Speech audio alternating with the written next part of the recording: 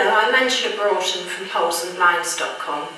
I've decided to break my curtain making videos up into 3 sections. So part 1 and 2 are actually making the curtain, and then the section 3 will be broken up into whether you want pinch pleat headings or pencil pleat headings, eyelets, all the various headings. And I've made the curtains just a very small sample length, otherwise it takes too long to work through. If you have everything you need to hand, at home find the biggest table you can and set your ironing board up next to the table so that you've got a decent height to work from and everything to hand, and you won't spoil the surface of the table with the hot iron. I'm going to just make a sample pair of curtains, and the finished curtain of the curtains is going to be 25 inches. So when you come to cut the curtains, it's 25 inches plus 6 at the bottom for the hem and 2 for the turnover at the top. You need to make sure that the hemline follows the bottom of the main pattern, because it's more noticeable if the bottom doesn't have the correct pattern running through than the top, because the top will be concealed in the gathers of the curtain. So take your curtains and cut them out, as I say, 6 inches below the pattern. And I always cut the selvage off, but before you cut the selvage off, if you're unsure of which way the curtains face, so in other words, which direction the pattern flows, it is usually clearly marked on the selvage with an up arrow to the top of the curtains. So cut the selvage off.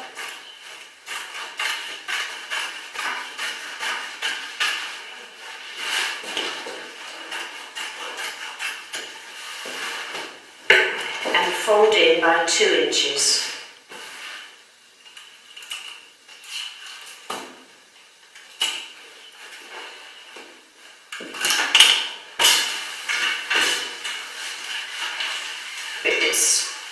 Whilst it's quite beneficial to have your steam iron steaming, you need to just check on a sample of the fabric first that it's not going to leave watermarks if it's a silk type fabric, or that it's not going to shrink a linen type fabric.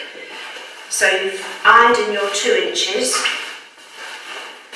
then measure up 6 inches from the bottom of the pattern and iron all the way along the hemline then for 6 inches.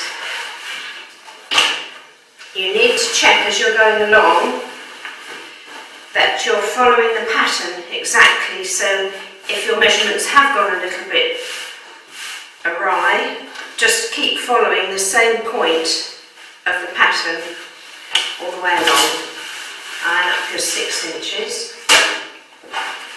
then iron in half to get the 3 inch, which is then your hemline and your sides. When you need to cut the lining, take about 3 inches off the side of the width of the lining, because the lining will be fitted in a bit from the edge of the curtain, so it's easier to cut it off the lining before you start to get the lining to the right size. Your table, move that out of the way. So lay your fabric out. If your curtains are large, then clearly you'll be having to measure them on the floor, but try and do as much work as you can from the table. But obviously make sure your floor's nice and clean. So here you are, that's going to be right. That's your 2 inch turn this side, and then turn the lining in so that it's right at that side.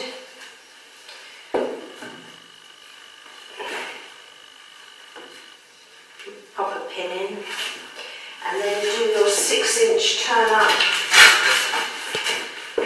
also on the bottom of the lining.